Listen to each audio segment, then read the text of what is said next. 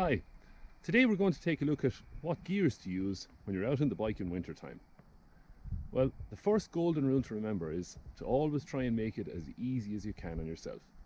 I've just come up this climb here, so I've been using the small chain ring at the front and one of the inside rings at the back. Now, a good way to gauge what gear you should be in on a climb is to listen to your lungs and your legs. If your breathing is under pressure and your legs are fine, then you're in too easy a gear and you need to change into a harder gear. If your legs are under pressure and your breathing is fine, then you need to change into an easier gear. So that's always good to bear in mind whenever you're on a climb or even on the flat in wintertime. Another good thing to keep in mind is what your cadence is like. Ideally, you should be spinning at between 80 and 90 RPM, but that's not set in stone.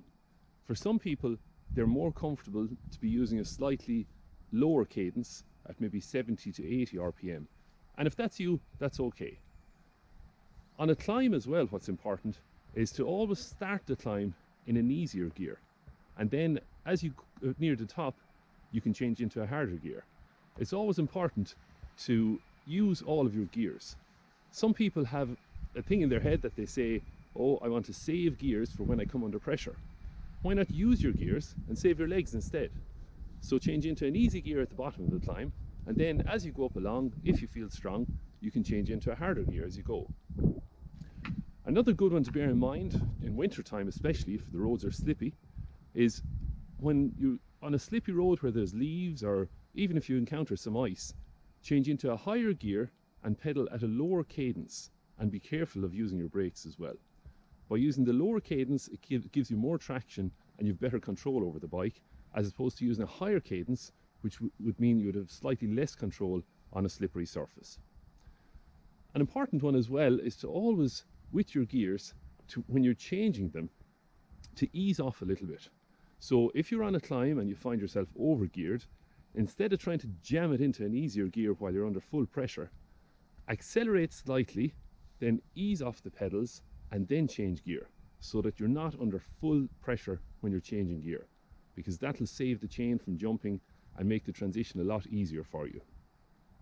There's plenty of gears on bikes. Nowadays, bikes can have anything from 16 up to 36, 39 gears even on some bikes nowadays.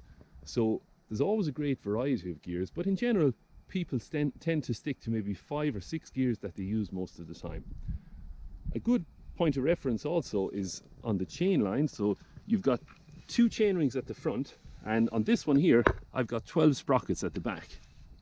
So ideally you want to keep the chain as straight as possible.